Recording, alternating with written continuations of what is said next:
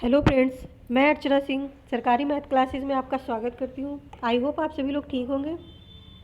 जैसा कि मैं आपको प्रैक्टिस सेट करवा रही हूँ, फर्स्ट सेकेंड थर्ड मतलब 3 प्रैक्टिस सेट मैंने करवा दिए हैं। आई होप आपको समझ में भी आए होंगे और आप लोग रिवीजन करने के लिए आप दोबारा उनको कर भी रहे होंगे।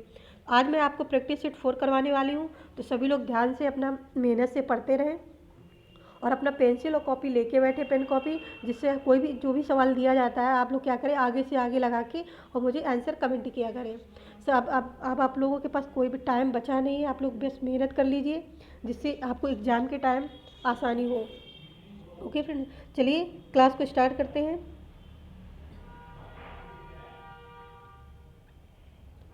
सभी लोग एक बार शेयर कर दें ताकि सभी छात्र क्लास को ज्वाइन कर सकें।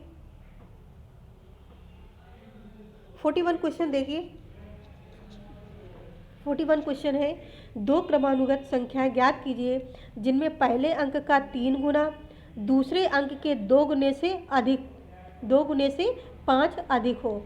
तो क्या बोला, दो क्रमानुसार संख्याएं बोली है। तो आपको हमने क्रमानुसार संख्याएं बताई थी, क्या बताया था आपको, एक x बताई थी, एक क्या बताई थी, x+1 बताया था। ये हमारी क्या क्रमागत संख्याएं हैं। अब उसने क्या बोला है प्रश्न में, देखिए कि जिनमें पहले अंक का 3 गुना, हमारा इसमें पहला अंक क्या है 3x है, तो मतलब पहले अंक का 3 गुना कर दिया इक्वल टू दूसरे अंक के 2 गुने। अब ये वाला पहला है अंक और ये कौन सा अंक है, दूसरा अंक है, तो ये दूसरे अंक का 2 गुना यानी कि 2x+1। ओके, इसका 2 गुना कर दिया यानी 2 गुने का मतलब क्या होता है, गुणा होता है। और फिर क्या बोल रहा है 5 अधिक है, तो आप क्या करें यहाँ से 5 प्लस कर दीजिए। अब आप यहाँ से क्या करें, x की वैल्यू निकाल लीजिए। x की वैल्यू निकालेंगे तब 3x बराबर हो जाएगा आपका 3x बराबर 2x+7। तो x बराबर यहाँ पे आ जाएगा आपका 7। तो अब आप क्या करें, एक x बराबर यहाँ पे जब x बराबर रखेंगे तो यहाँ क्या आएगा 7 आएगा। यहाँ पे जब आप 7 रखेंगे तो +8 यानी हमारी संख्या क्या आ जाएंगी, एक तो 7 आ जाएगी, एक 8 हो जाएगी। तो देखिए आंसर कौन सा मिल रहा है आपका, 41 का राइट आंसर हो जाएगा ऑप्शन सी 7 8, यानी कि एक x बराबर 7 आ रहा, दूसरा x+1 यानी कि 8 हो जाएगा। तो इसलिए 41 का राइट आंसर क्या हो जाएगा, option C. Okay friends, I hope आपको क्लियर हुआ होगा, प्लीज़ कमेंट करके पूछिएगा। चलिए नेक्स्ट क्वेश्चन लेते हैं। 42 क्वेश्चन देखिए जब भी मैंने 3 प्रैक्टिस सेट करवा दिए, चौथा मैं करवाने वाली हूँ। सभी में आपको देख रहे हो आप, ये क्वेश्चन सभी में मिल रहा है। इसका मतलब मतलब क्वेश्चन बहुत इंपॉर्टेंट है, यानी कि आपको आगे भी परीक्षाओं में देखने को मिलेगा। तो इसलिए आप लोग क्या करें, इस 42 क्वेश्चन को ध्यान से लगाएं। मैंने आपको बोर्ड वाइज का फॉर्मूला बताया था। सबसे पहले आप ब्रैकेट को हल करते हैं, इसके बाद ऑफ हल करेंगे, इसके बाद आप करेंगे भाग, फिर गुणा, फिर जोड़ और फिर घटाना। ऐसे ही तो मैंने बोर्ड मास का फॉर्मूला बताया था। चलिए आप इसी से आप इसका क्या करेंगे, इस फार्मूले से आप यूज करके आप इस क्वेश्चन को हल करेंगे।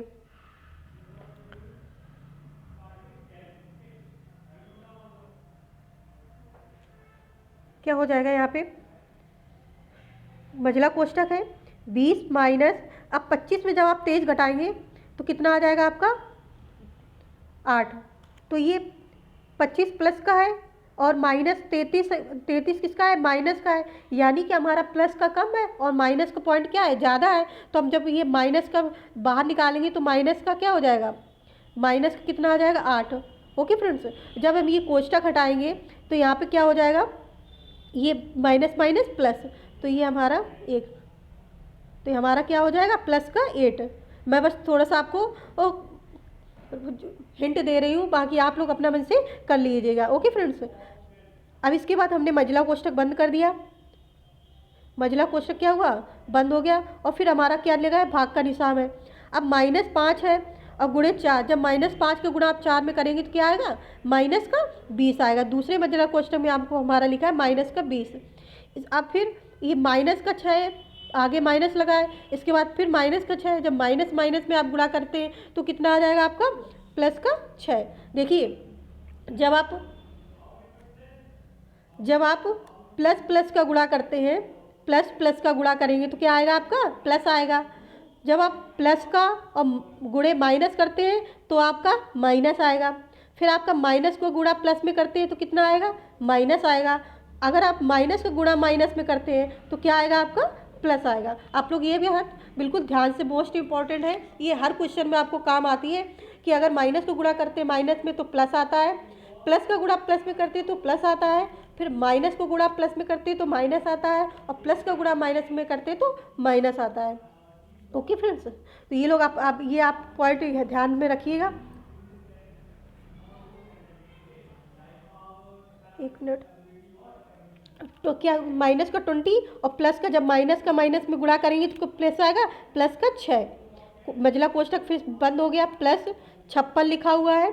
इसके बाद भागे -27 और +14 है, यानी कि सबसे पहले मैंने बोला तो कोष्टक हल करना है।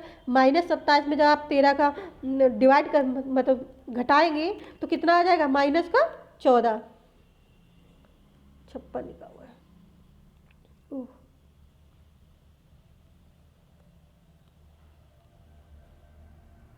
प्लस का 56 भागे माइनस का 14। अब आप यहाँ से वैल्यू निकाल लें। अब आप यहाँ से हल करेंगे तो यहाँ आपको ये कितना मिल जाएगा, 28 मिल जाएगा, डिवाइड। अब 6 का जब 20 में भाग देंगे, जब 20 में जब 6 का माइनस करेंगे तो 14 आ जाएगा, यहाँ पे कितना 4, तो आंसर आपको मिल जाएगा। आप इसको हल करेंगे तो आपको आंसर मिलेगा 6। कितना मिल जाएगा आपको, 6। देखिए आंसर में आ रहा है, तो 42 का राइट आंसर क्या हो जाएगा, -6। -6 आपको जब इसको सॉल्व करोगे तो आपको आंसर में क्या मिलेगा, -6। आई होप आपको क्लियर हो गया होगा। अब आप लोग लगाइएगा अपने मन से। 43 देखते हैं। 72 और 84 का लघुत्तम समापवर्तक निकालना है। क्या निकालना है, लघुत्तम समापवर्तक निकालना है।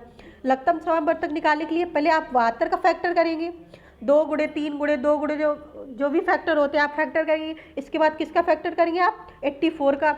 जो मतलब बड़ा हो, मतलब जो कॉमन हो उसको भी लिखेंगे, और जो ना कॉमन हो उसको भी लिखेंगे, वही तो हमारा एलसीएम होता है। तो इसका एलसीएम हो जाएगा हमारा 43 का राइट आंसर हो जाएगा ऑप्शन फर्स्ट, यानी कि 12 गुणे 6 गुणे 7, ये आपका राइट आंसर होगा। लघुत्तम समापवर्तक निकाले। लासा यानी कि लघुत्तम समापवर्तक, मासा यानी महत्तम समापवर्तक, तो आपको आता ही होगा, सर ने पढ़ाया भी है आपको, तो आप लोग निकालिएगा। नेक्स्ट क्वेश्चन देखते हैं। 44 क्वेश्चन देखिए। एक शहर की 62% जनसंख्या शिक्षित है। ओके फ्रेंड्स, यदि शहर में अशिक्षित लोगों की संख्या 24,567 है तो शिक्षित लोगों की संख्या बतानी है। आप लोग मान लीजिए, माना कुल मतलब जनसंख्या कितनी, 100% मान लिया आपने। क्या मान लिया, 100%। अब उसने बोल दिया कि 62% है जो शिक्षित है, तो आपको पता हो गया कि 62% लोग हमारे क्या हैं, शिक्षित हैं। क्या हुआ, शिक्षित हैं। तो अशिक्षित कितने बचे भाई, 100% है पूरे। इसके बाद आपने बताया 62% उसने बोल दिया शिक्षित है, तो अशिक्षित कितने निकले, तो हमारे अशिक्षित निकले, अशिक्षित हमारे कितने लिखे, 38%। ओके फ्रेंड्स, तो अशिक्षित संख्या, अशिक्षित परसेंटेज की संख्या दी गई है। तो अशिक्षित जो 38% है उसकी जनसंख्या कितनी है, 24,567। तो इसलिए एक का तो क्या हो जाएगा, 24,567 अपॉन 38, ऐसे इसको नीचे आएगा ना। अब इसलिए शिक्षित लोगों की पूछा है, इसलिए शिक्षित लोग हमारे कितने परसेंट है, 62% है। तो निकाल लीजिए 24,567 अपॉन 38, और ये मल्टीप्लाई में चला जाएगा 62। तो यहाँ से आपका राइट आंसर निकलेगा, आके मल्टीप्लाई कीजिएगा, इसके बाद भाग दीजिएगा, तो आंसर आपका निकलेगा 40,038। ओके फ्रेंड्स, ऑप्शन डी, 44 का right answer option D, 40,038। Next question लेते हैं। सभी लोग ध्यान से पढ़ते रहिए, जो भी आपको समझ में नहीं आता है तो आप लोग पूछते रहिए, बिल्कुल संकोच मत करिएगा कि हम पूछना नहीं है, बस आपको बस समझते रहो। आप लोग क्या करें, ये कोई याद करने वाली चीज़ नहीं है जो आप लोग देखते रहते हैं। मैंने पहले ही बोला आपको, पेन और कॉपी, मैं मैथ के क्वेश्चन करवा रही हूँ, आप लोग पेन और कॉपी लेके बैठा करें, और जैसे ही क्वेश्चन आता है तो आप लोग क्या करें, मैं बोलती हूँ फिर भी आप उसको क्या करें, साथ साथ नोट करते चले, उसको साथ साथ हल करते चले। तो इससे क्या होगा, आपका मतलब आपको जो करने का अभ्यास है ना, वो भी आपका मजबूत होगा, और आप लोग आंसर मतलब इसके आंसर भी आप लोग दे पाएंगे। चलिए नेक्स्ट क्वेश्चन लेते हैं। गुणा भाग तो करना आपको ही है, गुणा भाग करना सीखिए अपने घर पे बैठ के। 45 क्वेश्चन देखिए, एक मिश्रण में रेत और रोड़ी का अनुपात कितना है? 41:30 है, जबकि रोड़ी और सीमेंट का अनुपात 6:7 है। मिश्रण में रेत और सीमेंट का अनुपात निकालना है। देखिए आप लोग कैसे करेंगे। क्या दिया हुआ हमको? रेत अपॉन रोड़ी, रेत अपान रोड़ी। ये रेत अपान रोड़ी की क्या दिए अनुपात कितना दिया हुआ हमारा? 41/30 दिया हुआ है। और इसके बाद आपको वो सीमेंट अपान रोड़ी वो कितना अनुपात दिया है? 7:1। एक मिनट,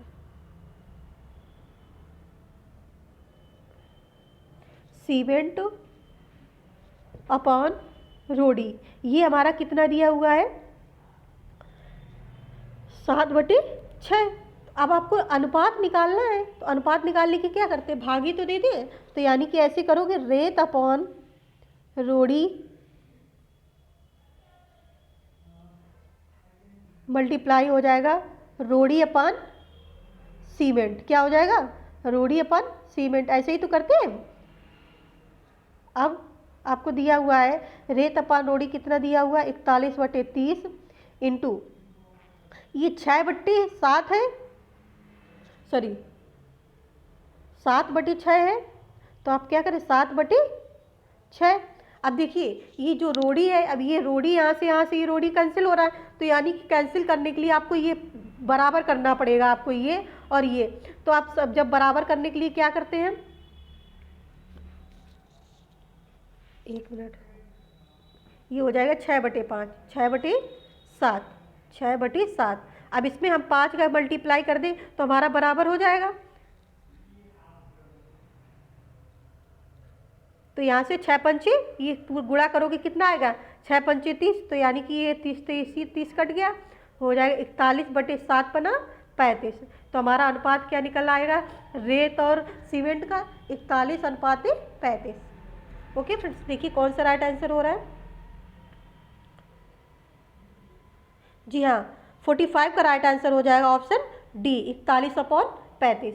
आपको जो रोड़ी और सीमेंट का इसके रोड़ी के अनुपात में इसको मतलब उसको बराबर में लाना पड़ेगा। बराबर में लाने के लिए आप 5 से गुणा कर दीजिए ऊपर नीचे, तो 6×5 30, तो यानी कि रोड़ी और रोड़ी कट जाएगा। इसके बाद रेत और सीमेंट बचेगा, तो रेत अपॉन सीमेंट अनुपात पूछ रहा है, तो 41:35 हो जाएगा। ओके फ्रेंड्स, सभी लोग लाइक शेयर करते रहें। 46 क्वेश्चन देखिए, किशन ने एक निश्चित गति से 96 किलोमीटर की दूरी साइकिल से तय की। यानी कि आपको दूरी यानी कि डी आपको मालूम पड़ गया कितनी है? 96 किलोमीटर। ओके फ्रेंड्स, यदि वह प्रति घंटा 4 किलोमीटर धीमे साइकिल चलाता है तो उसे गंतव्य स्थान पर पहुंचने में 2 घंटे का अतिरिक्त समय लगता है। किलोमीटर प्रति घंटा में वह गति क्या है जिस पर किशन ने वास्तव में साइकिल चलाई? तो आप लोग मान लीजिए वास्तविक चाल हमारी क्या है? एक्स है। वास्तविक चाल हमने क्या मान लेंगे? हम वास्तविक चाल मान लेंगे हम एक्स है हमारी, और दूरी आपको पता है हमारी 96। अब नई चाल हमारी क्या हो जाएगी? नई चाल हो जाएगी हमारी, मतलब मानवीय वास्तविक चाल हमने एक्स मान ली। अब नई चाल में क्या कह रहा है? वह प्रति 4 किलोमीटर धीमे साइकिल चलाता है, तो नई साइकिल मतलब नई वास्तविक हमारी जो नई वास्तविक चाल है वो कितनी हो जाएगी? x-4। ओके फ्रेंड्स, अब प्रश्नानुसार है जो प्रश्न कह रहा है, तो इसके बाद ये करेंगे 96 अपॉन यानी कि दूरी बटे नई चाल माइनस दूरी बटे वास्तविक चाल बराबर क्या बोल रहा है उसने? 2 घंटे अतिरिक्त समय लगता है, यानी कि बराबर पे 2। अब आप लोग क्या करेंगे? यहाँ से आप x की वैल्यू निकालेंगे, तो आप यहीं पे इजी कर लीजिए। देखिए जब 2 से आप करेंगे तो यहाँ पे 48 आ जाएगा, 2 से डिवाइड करेंगे, यहाँ पे भी 48 आ जाएगा, यहाँ पे क्या आ जाएगा? 1 आ जाएगा आपका, है ना। तो क्या हुआ? 48/x - 4 minus 48/x equal to 1। अब आप यहाँ से x की वैल्यू निकालेंगे तो यहाँ से x की वैल्यू 2 निकलेंगी, एक निकलेगी x बराबर 16 और दूसरी x बराबर -12 निकलेंगी। ऐसे तो निकलती है दो, तो आप लोग माइनस वाली वैल्यू मान्य नहीं होती है तो इसलिए प्लस वाली वैल्यू लेते हैं ना, तो हमारी वास्तविक चाल कितनी हो जाएगी 16 किलोमीटर प्रति घंटा। कितनी हो जाएगी 16 किलोमीटर प्रति घंटा, यानी कि 46 का राइट आंसर ऑप्शन सी।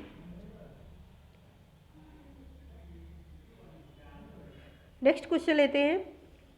आप सभी लोग ध्यान से पढ़ते रहिए, मन लगा के। मैं जो भी आपको प्रैक्टिस सेट करवा रही हूँ पहले मैं करवाती हूँ, तब ध्यान दीजिए। इसके बाद आप लोग क्या करें, दोबारा उस वीडियो को देख के आप लोग फिर से उस क्वेश्चन को किया करें, ताकि आप लोग एग्जाम के टाइम आपको कोई दिक्कत ना हो।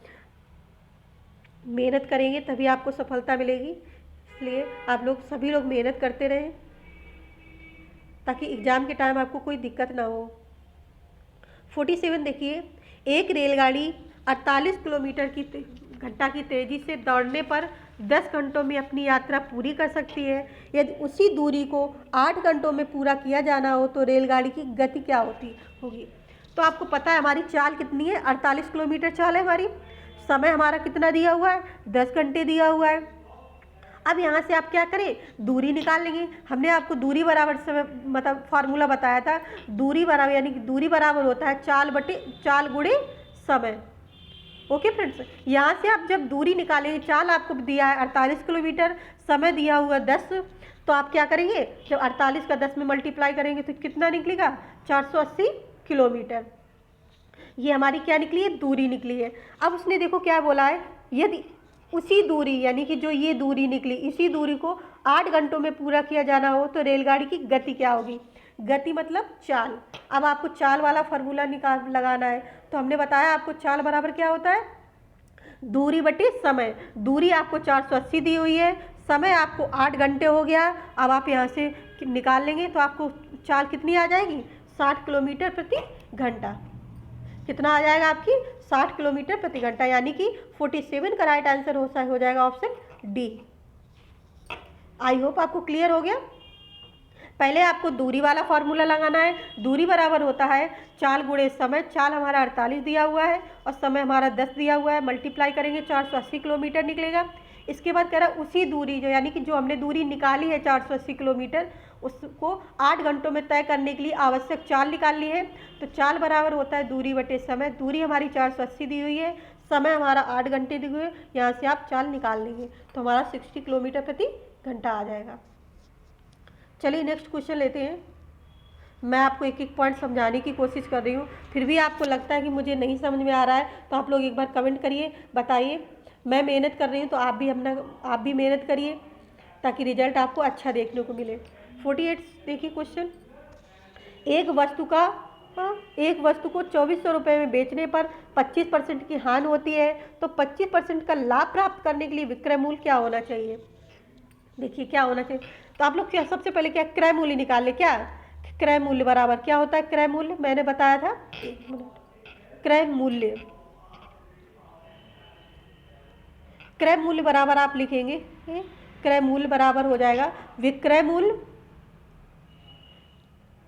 मूल्य गुणे 100 बटे हानि। क्या हो 100 बटे हानि।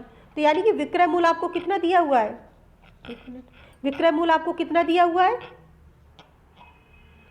2400। कितना दिया हुआ है आपको 2400 दिया हुआ है, इंटू 100 कितने परसेंट की हानि हुई 25%। जब 25% हानि की होगी यानी कि 75, 100 बटे 75 हानि यही होता है ना 100 बटे। अब यहाँ से आप क्रय मूल्य निकाल लेंगे तो यहाँ से आपका क्रय मूल्य कितना निकलेगा, देखिए 25 चौको 100, 25 तेई 75, ये क्या 800। अब यहाँ से कितना आ जाएगा आपका क्रय मूल्य 3200 रुपये। कितना आ जाएगा क्रय मूल्य 3200 रुपये। अब आपको क्या निकालना है, विक्रय मूल्य। क्या निकालना है आपको, विक्रय मूल्य। विक्रय मूल्य बराबर क्या है, क्रय मूल्य इंटू लाभ अपॉन 100। विक्रय मूल्य बराबर क्या है, क्रय मूल्य गुणे लाभ अपॉन 100। अब यहाँ से क्या हुआ, क्रय मूल्य आपका निकल के आया 3200, लाभ हमारा लाभ हमारा कितने का हो रहा है 25% का, यानी 125 बटे 100। अब आप यहाँ से निकालेंगे आप तो 125 में जब आप 32 को मल्टीप्लाई करेंगे तो आपको आंसर मिलेगा 40,000, 4,000। कितना मिलेगा? 4,000 रुपये। देखिए आंसर में आ रहा है 4,000 रुपये। जी हाँ, 48 का राइट आंसर हो जाएगा ऑप्शन बी। कौन सा हो जाएगा? ऑप्शन बी, 4,000 रुपये। ओके फ्रेंड, सबसे पहले आपको विक्रय मूल्य निकाल लेना है, सॉरी क्रय मूल्य निकालना है। जब क्रय मूल्य निकल के आ जाता है इसके बाद आप विक्रय मूल्य का फॉर्मूला लगाएंगे तो आपको आंसर मिल जाएगा 4,000 रुपये। ओके फ्रेंड्स, चलिए नेक्स्ट क्वेश्चन लेते हैं। 49 क्वेश्चन देखिए क्या बोल रहा है। 4 संख्याएं हैं, ये देखो 4 संख्याएं दी हुई हैं, को आरोही क्रम में व्यवस्थित किया जाएगा, यानी कि आरोही क्रम में व्यवस्थित है। W X Y Z ऐसे ही तो आरोही क्रम में व्यवस्थित है। सबसे छोटी 3 संख्याओं का औसत 22 दिया हुआ है। मतलब सबसे छोटी यानी कि देखिए सबसे छोटी यानी कि ये 3 कौन सबसे छोटी है? ये 3 है, सबसे बड़ा तो यही है ना। तो ये सब इनकी 3 औसत दिया हुआ है, कितना हमारा 22। अंक निकालने के लिए हमने क्या कहा था? 22 का गुणा 3 में करेंगे तभी तो अंक निकलता है। कितना हो जाएगा? 22 3 66। ओके फ्रेंड्स, अब बोला है जबकि सबसे बड़ी 3 संख्याओं का औसत 28 है। ये तो हमारा छोटी हुई। अब सबसे बड़ी यानी कि ये हमारी सबसे बड़ी 3 संख्या ये है। तो अब सबसे बड़ी 3 संख्याओं का औसत कितना दिया हो? 28। अब यहाँ से अंक निकाल लीजिए तो कितना आ जाएगा आपका? 84। कितना आ जाएगा? 84। अब आपको क्या करना है? बड़ी में छोटी का मतलब जो हमारी ये सबसे बड़ी 3 संख्याएं दी हैं और जो सबसे छोटी 3 संख्याएं दी थी उनको आप क्या करें? घटा दीजिए। तो आप 84 में जब आप 66 मतलब माइनस करेंगे तो आपको आंसर क्या मिल जाएगा? 18। क्या मिलेगा? 18। तो इसके बाद तो 49 का राइट आंसर ऑप्शन बी। क्या हो जाएगा? Option B. नेक्स्ट क्वेश्चन है 50 क्वेश्चन देखिए।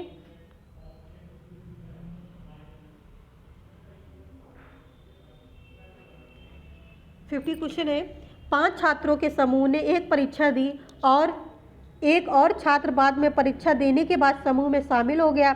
उसके अंकों को शामिल करने से समूह के औसत अंकों में 2 अंक की वृद्धि हो गई। उसे शामिल किए बिना औसत अंकों से इस छात्र ने मतलब यहाँ पर अंक अधिक प्राप्त किए। मतलब किसने अंक अधिक प्राप्त किए?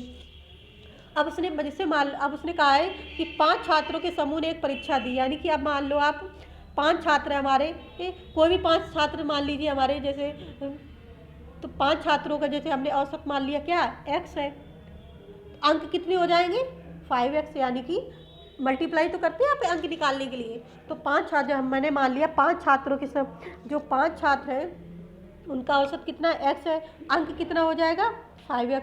अब उसने कहा है एक और छात्र बाद में परीक्षा देने के बाद मतलब एक और छात्र शामिल हो गया, यानी कि पहले 5 थे अब एक और शामिल हो गया तो कितने हो गए हमारे? 6। तो 6 छात्रों का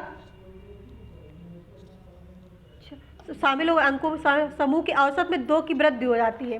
अब x + 2 मतलब 5 का हमने x माना था, जब 6 में तो 6 लोग हो गए तो इसमें 2 की वृद्धि हो गई, तो यानी कि x + 2। अब यहाँ से अंक निकालने के लिए क्या करें? अब यहाँ से मल्टीप्लाई करेंगे ना तो 6x + 12। ओके फ्रेंड्स, तो क्या हो जाएगा? अब क्या करें? आप दोनों समीकरणों को हल कर लीजिए, सॉरी माइनस कर दीजिए। अब क्या है? तो 6x + 12 है ना, 6x + 12, इसमें 5x आप क्या करें? माइनस कर दिए तो छठवें अंक वाला पता चल जाएगा कितना। तो जब 6x में 5x माइनस करेंगे तो क्या आएगा? x + 12। तो आपको क्या आ जाएगा यहाँ पे? तो औसत अंकों में छात्र ने 12 अंक अधिक प्राप्त किए। कितने अंक अधिक प्राप्त किए? 12 अंक अधिक प्राप्त किए। तो इसका राइट आंसर ऑप्शन सी। 50 का right answer option C 12। I hope आपको क्लियर हो गया होगा। 5 छात्रों के समूह दिया हुआ है, तो मैंने मान लिया 5 छात्रों के जो 5 छात्र हैं उनका औसत मैंने क्या मान लिया? x मान लिया। अब उसने बोल दिया एक छात्र और शामिल हो जाता है तो उसके औसत में 2 की वृद्धि हो जाती है, यानी कि 5 थे तो हमने एक और आ गया तो 6 हो गए। औसत में हमने माना था x, उसमें 2 की वृद्धि हो जाती है तो x + 2। मैंने अंक निकाल लिया, इसके बाद x+12 में 5x मतलब 5x माइनस कर दिया तो मुझे 12 प्राप्त हो गया, तो इसलिए 12 अंक अधिक प्राप्त हुए। आई होप आपको ये पॉइंट क्लियर हो गया होगा। ज़्यादा कोई कठिन सवाल नहीं है जिसमें आपको ज़्यादा टाइम देना पड़े, बस थोड़ा सा आपको बस दिमाग लगाना है बस। 51 क्वेश्चन देखिए, डी एक कार को 18 दिन में करता है। हमारे डी का कार्य कितना है 18 दिन, और ई उसी कार को आधे समय में कर सकता है। ई उसी कार को कितने मतलब डी का काम कितना, डी का एक दिन का काम कितना है, डी मतलब कितने दिन में काम करता है 18 दिन में काम करता है। समझिएगा आप लोग, डी कितने दिन में काम करता है 18 दिन में काम करता है। अब उसने कहा ई उसी काम को आधे दिन में कर देता है, मतलब जो आधा यानी कि 1/2 काम कितना है हमारा 18 यानी कि 9। ई द्वारा लिया गया काम कितना हो गया हमारा 9 हो गया। अब उसने बोला है दोनों द्वारा लिया गया काम, मतलब दोनों के द्वारा पूछ रहा है, तो दोनों द्वारा लिया गया काम हो जाएगा हमारा 18 गुणे 9/27 यानी कि हमारा कितना निकल के आ जाएगा 6 डेज। 6 दिन में दोनों काम क्या करें, 6 दिन में दोनों क्या करेंगे उस काम को समाप्त कर देंगे। मतलब 6 दिन में क्या है कार्य समाप्त करने में कितना समय लेंगे 6 दिन। तो इसका राइट आंसर क्या हो जाएगा ऑप्शन 51 का ऑप्शन डी। चलिए नेक्स्ट क्वेश्चन लेते हैं।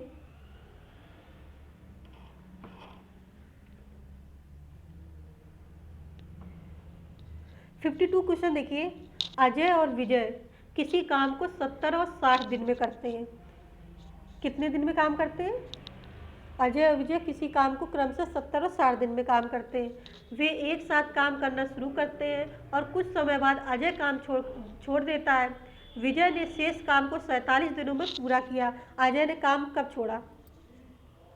अब देखिए, मान लेना आप अजय ने कितने दिन, अजय का काम कितना है x दिन का काम, अजय का काम कितना है x दिन का काम है, ठीक है। अब इसमें दिया है अजय और विजय किसी काम को, मतलब अजय और विजय दोनों मिलकर कितने, अजय मतलब यानी कि x/70 किसने किया, अजय ने किया, प्लस विजय का काम कितना है x प्लस मतलब विजय, यहाँ से देखिए विजय ने शेष काम 47 दिनों में पूरा कर लिया है, यानी कि x को 47 दिनों में पूरा कर लिया अपॉन 60 बराबर 1 काम हो गया। अब यहाँ से क्या करेंगे x की वैल्यू निकालेंगे। क्या निकालेंगे आप x की वैल्यू, तो यहाँ पे हो जाएगा 60x प्लस 70 कोष्ठक में हो जाएगा x प्लस 47 बराबर 4200। कितना हो जाएगा 4200, क्योंकि 70 और 60 का जब एलसीएम निकालेंगे ना तो इतना आएगा आपका 4200। ओके फ्रेंड्स, अब आप यहाँ से निकालेंगे तो हो जाएगा यहाँ से 130x बराबर 4200 माइनस 3290, तो x बराबर आपका हो जाएगा 910 अपॉन 130। जब आप इसको डिवाइड करेंगे तो यहाँ पे कितना आ जाएगा 7, यानी कि अजय ने कितने दिन में काम छोड़ा, 7 दिन बाद काम छोड़ा था। देखिए क्वेश्चन, अजय ने काम कब छोड़ा, तो अजय ने कब काम छोड़ा 7 दिन बाद काम छोड़ा, तो इसलिए ऑप्शन 52 का राइट आंसर क्या हो जाएगा ऑप्शन फर्स्ट। नेक्स्ट क्वेश्चन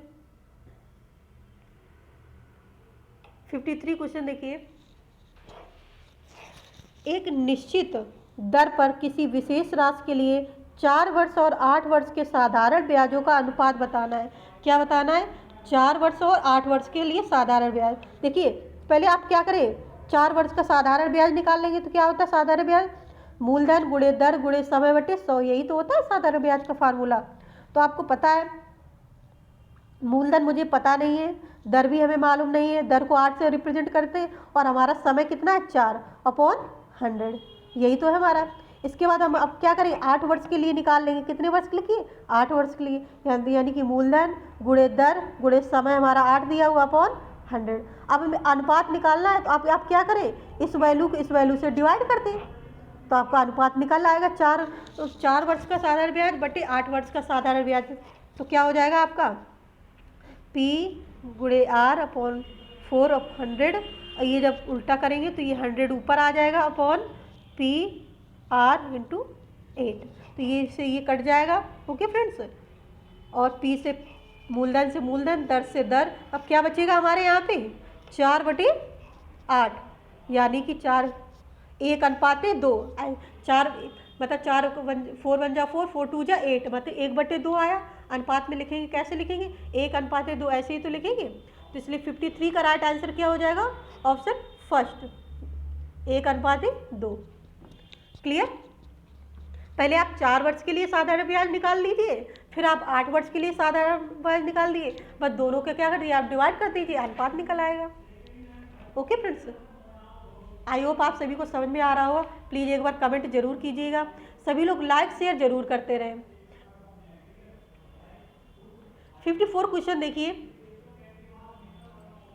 किसी निश्चित धनराशि को चक्रवृद्धि ब्याज पर निवेश किया गया, 2 वर्षों के लिए 4% वार्षिक चक्रवृद्धि ब्याज की दर से यह राशि 338 रुपये हो जाती है।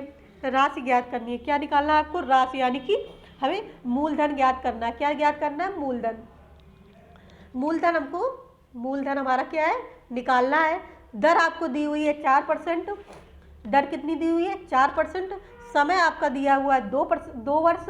अब आपको क्या करना है, मिश्र धन वाला फार्मूला लगाना है। मिश्र धन बराबर क्या होता है, एक मिनट, मिश्र धन बराबर मूलधन 1 + r/100 की पावर समय t। देखिए मूलधन, मिश्र धन आपको पता है, मूलधन निकालना है आपको ना। मिश्र धन कितना दिया हुआ है, 338 रुपये दिया हुआ है। मूलधन आपको पता नहीं, क्योंकि आपको निकालना है। 1 प्लस दर आपकी कितनी दी हुई है 4/100, समय दिया, समय कितना दिया 2। अब आप यहाँ से मूलधन निकालेंगे तो आपको क्या आ जाएगा, 338 बराबर P 26/25 का वर्ग, 25 है ये 25। अब यहाँ से आप निकालेंगे तो P बराबर आपका निकलेगा 2,11,225, 2,11,250 अपॉन 667। तो P बर आप इसको अब जब काटेंगे तो आपका क्या निकलेगा 312.5। जब आप इसको डिवाइड करेंगे तो क्या निकलेगा आपका मूलधन 312.5। देखिए आंसर में, जी हाँ 54 का राइट आंसर हो जाएगा ऑप्शन बी 312.5। कुछ भी नहीं करना, बस आपको फॉर्मूला में रख देना है। देखिए मिश्र दर आपको 338 रुपये दिया हुआ है, दर आपको 4% दी हुई है, समय आपको 2 दिया है। हमें राशि निकालनी, यानी कि मिश्र धन निकालना है आपको, सॉरी मूलधन निकालना, क्योंकि मिश्र धन तो दिया हुआ है 338 रुपये। हमें निकालना क्या, राशि, यानी कि मूलधन निकालना है। तो आप मिश्र धन का फार्मूला लगाएंगे। मिश्र धन बराबर होता है मूलधन 1 प्लस दर/100 की पावर समय, यानी कि t। बस आप यहाँ से मूलधन आप यहाँ से निकाल लेंगे तो 312.5 रुपये आ जाएगा। ओके फ्रेंड्स, सभी लोग मेहनत करते रहें, लगाते रहें और कमेंट जरूर करें। सभी लोग कमेंट किया करें, देखते ना रहें, क्योंकि मैं कोई सब्जेक्ट नहीं पढ़ा रही हूँ आपको कि बस देखते रहे, बस समझते रहे। आपको सब लगा के समझना है, यानी प्रैक्टिस करनी है आपको। चलिए 55 क्वेश्चन देखते हैं। एक समांतर चतुर्भुज का आधार इसकी ऊंचाई से 2 गुना है। यदि समांतर चतुर्भुज का क्षेत्रफल 392 वर्ग मीटर है तो इसकी ऊंचाई कितनी होगी। क्या पूछ रहा है हमसे, ऊंचाई पूछ रहा है। तो आपको पता है, आपको समांतर चतुर्भुज का क्षेत्रफल क्या होता है। समांतर चतुर्भुज का क्षेत्रफल होता है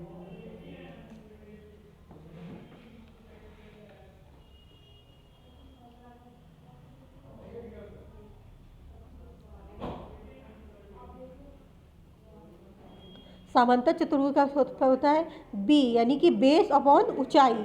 बेस यानी कि आधार, क्या होता है, आधार गुणे ऊंचाई। अब आपको समांतर चतुर्भुज दिया हुआ है, क्षेत्रफल कितना है समांतर चतुर्भुज का क्षेत्रफल 392 है।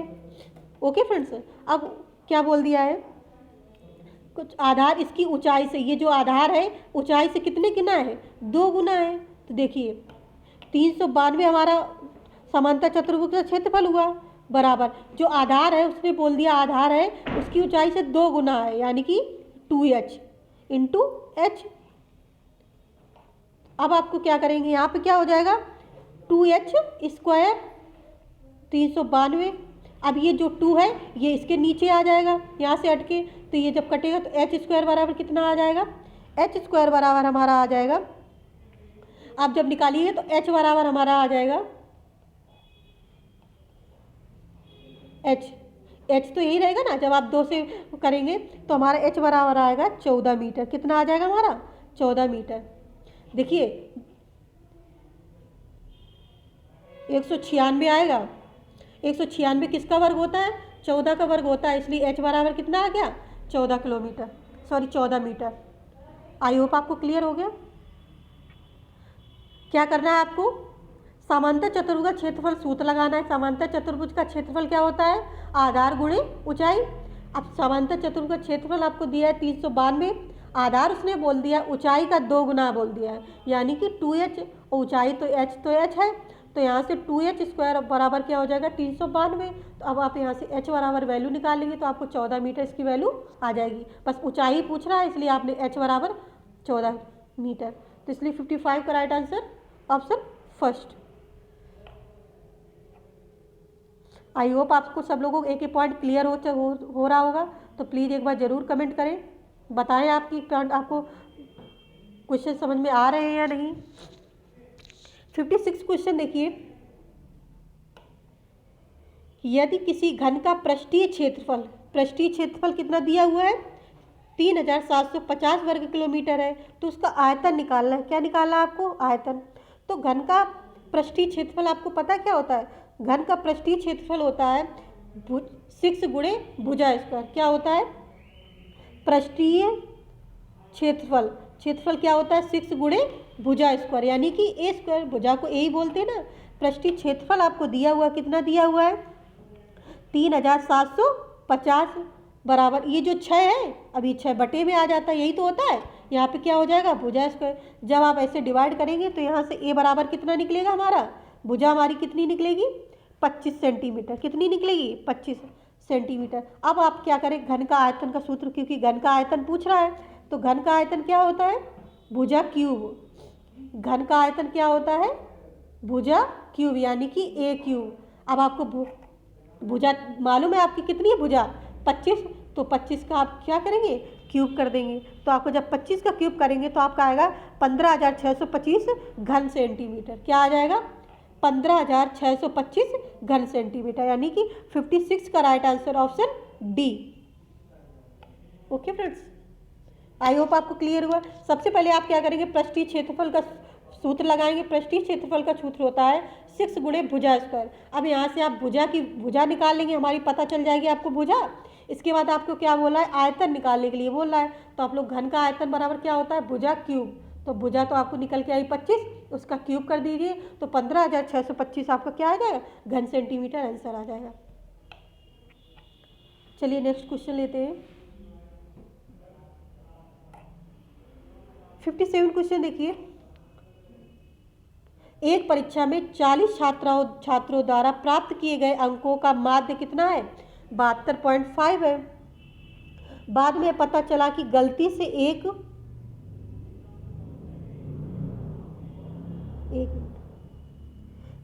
एक छात्र के अंक 84 की जगह 48 लिख गए हैं, तो सही माध्य बताना। क्या बताना है आपको, सही माध्य बताना है। देखिए 40 छात्रों द्वारा प्राप्त अंकों का योगफल कितना है, तो 40 छात्रों का है, तो क्या करेंगे आप लोग, तो 40 गुणे माध्य कितना है 72.5। तो अंक निकालने के लिए क्या करते हैं, हमने ऐसे ही तो बोला है, औसत आपको दिया माध्य यानी कि दिया है 72, अंक निकालेंगे यानी कि गुणा कर देंगे तो आपको यहाँ से क्या मिल जाएगा 2900। अब उसने कहा सही माध्य बताने के लिए क्या है, सही माध्य बताना है हमको। सही माध्य बराबर 2900 प्लस उसने क्या बोल दिया 84 की, मतलब 84 लिखना था, उसने क्या लिख दिया 48 लिख दिया, यानी कि 84 में जब हम 84 में जब क्या करेंगे 48 माइनस कर दें अपॉन 40। माध्य निकालने के ऐसे ही तो करते हैं, माध्य निकालने के लिए 40 का डिवाइड कर देंगे। अब आपको क्या मिल जाएगा यहाँ पे 2936 अपॉन 40। जब आप इसको क्रॉस करेंगे यानी कि भाग देंगे तो आपका हो जाएगा 73.4। क्या आ जाएगा आपका 73.4। क्या पूछ रहा है उसने कि मतलब सही माध्य ज्ञात करना है, तो हमारा क्या आ जाएगा, आ गया 73.4 आंसर आ गया। ओके फ्रेंड्स,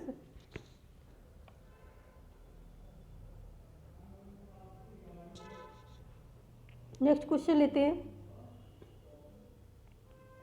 58 क्वेश्चन देखिए। अगर आपको इसकी पीडीएफ चाहिए तो आप लोग टेलीग्राम पे जाकर इसकी पीडीएफ ले सकते हैं।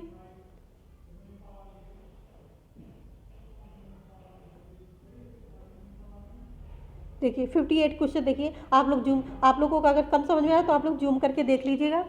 बड़ा क्वेश्चन था इसलिए मैंने इसको छोटा किया है। आप लोग 58 क्वेश्चन देखिए।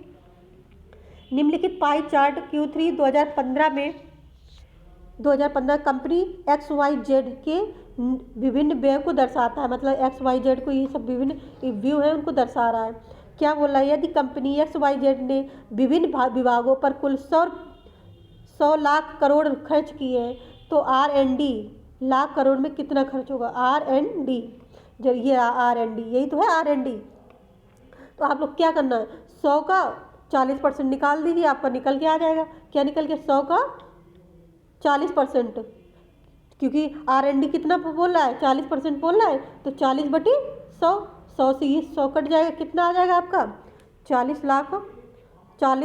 लाख रुपए, 40 लाख करोड़ रुपए।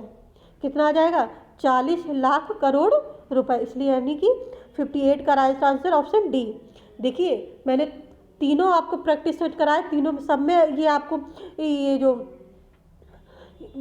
जो पाई चार्ट है सभी में एक पाई चार्ट जरूर दिया और बिल्कुल आसान दिया। बस जिसका पूछ रहा है बस उसी को आप उसका परसेंट निकाल दिए। जितना जैसे कुल का उतना जितना पूछे उतना परसेंट निकाल दीजिए।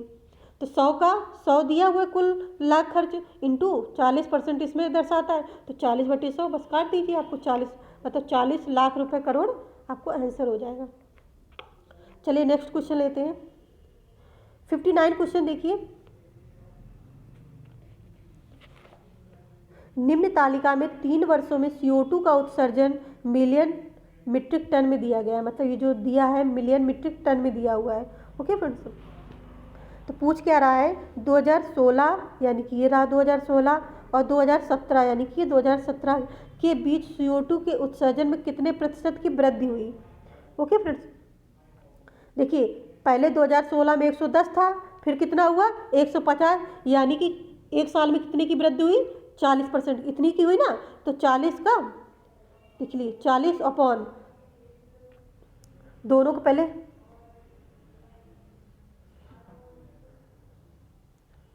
2016 से 17 के बीच में CO2 के उत्सर्जन में कितने प्रतिशत की वृद्धि हुई, यानी कि 40/110।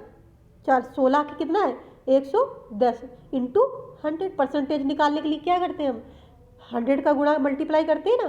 तो बस आप यहाँ से 0 से 0 करके आप यहाँ से वैल्यू निकालेंगे तो आपका क्या आ जाएगा 36.36। कितना आ जाएगा 36.36%। ओके फ्रेंड्स, देखिए 2016 से 2017 के बीच पूछ रहा है CO2। तो देखिए जब 2016 में 110 था, 2017 में 50 हुआ, तो यानी कि कितने परसेंट की वृद्धि हुई 40 की वृद्धि हुई।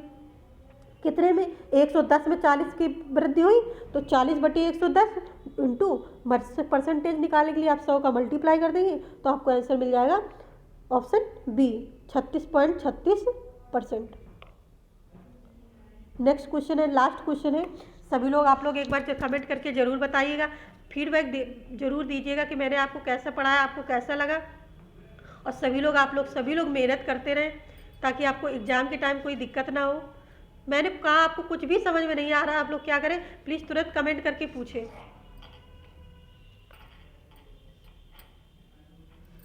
देखिए 60 क्वेश्चन है। ये आपका चिक चार्ट दिया गया स्टोर ए, स्टोर बी और स्टोर सी। मतलब स्टोर ए को ब्लैंक से, ये हमारा स्टोर ए है, स्टोर बी हमारा ये ब्लैक वाला है और स्टोर सी ये लाइन वाला है। ओके फ्रेंड्स, किस वर्ष में दुकान सी की विक्रय अन्य 2 वर्षों की तुलना में कम है? तो वर्ष 1 में सी की बिक्री कितनी हुई? देखिए, हमें सी का बताना, यानी कि ये हमें क्या बताना, सी का, यानी कि ये हमारा सी है ना, जो 1 वर्ष में कितने की हुई बिक्री? 14 की। कितने की हुई हमारी? 14। ठीक। अब आप देखिए, दूसरे वर्ष में हमारी कितने की बिक्री हुई? सी की 13। कितनी हुई? 13। दूसरे वर्ष में कितनी हुई हमारी? 13। और तीसरे वर्ष में हमारी कितनी बिक्री हुई? 5। कितनी हुई? 5। अब वर्ष तीसरे में सी की बिक्री अब क्या पूछ रहा है आपसे? किस वर्ष में दुकान सी की बिक्री अन्य 2 वर्षों से कम हुई? तो अब कितना, मतलब किससे बिक्री 3 वर्षों में वर्ष 3 है ना, जो ये वर्ष 3 है, ये वर्ष 1 और 2 की तुलना में बहुत कम रही। तो इसका राइट आंसर ऑप्शन क्या हो जाएगा? फर्स्ट। वर्ष 3 में सबसे कम बिक्री पूछ रहा है किस वर्ष हुई? तो 2000, मतलब वर्ष 3 में ही तो सबसे कम हुई। बस आपको यही बताना था। आपको पता है वर्ष 1 में हमारी 14 हुई, वर्ष बी में 13, और सबसे कम हमारी कितनी? वर्ष 3 में हुई। तो बस इतना ही बताना, सबसे कम किस में हुई? तो वर्ष 3 में सबसे कम हुई। तो इसलिए 60 का राइट आंसर ऑप्शन ए, वर्ष 3। ओके फ्रेंड्स, ये मैंने 20 क्वेश्चन थे आपको, मैंने अपनी समझ से तो मैंने आपको एक एक पॉइंट क्लियर करवाए और सब अच्छे से मैंने आपको बताया भी है। तो आप लोग प्लीज़ एक बार कमेंट ज़रूर कीजिएगा मैंने आपको कैसा पढ़ाया और आपको कैसा लगा। और आप लोग प्लीज़ मेहनत करके पढ़ते रहिए। ये कोई भी आपको क्वेश्चन समझ में नहीं आता है तो आप लोग प्लीज़ कमेंट करके पूछिए, ये नहीं तो आप लोग क्लास में आके पूछ सकते हैं। जैसे भी आपको सुविधा हो आप वैसे आपस में, आपको क्या करना है, मेहनत करनी है आपको। ओके फ्रेंड्स, अच्छे से मेहनत करते रहिए ताकि आपको एग्ज़ाम में सफलता मिले। Okay, thanks for watching. जय हिंद।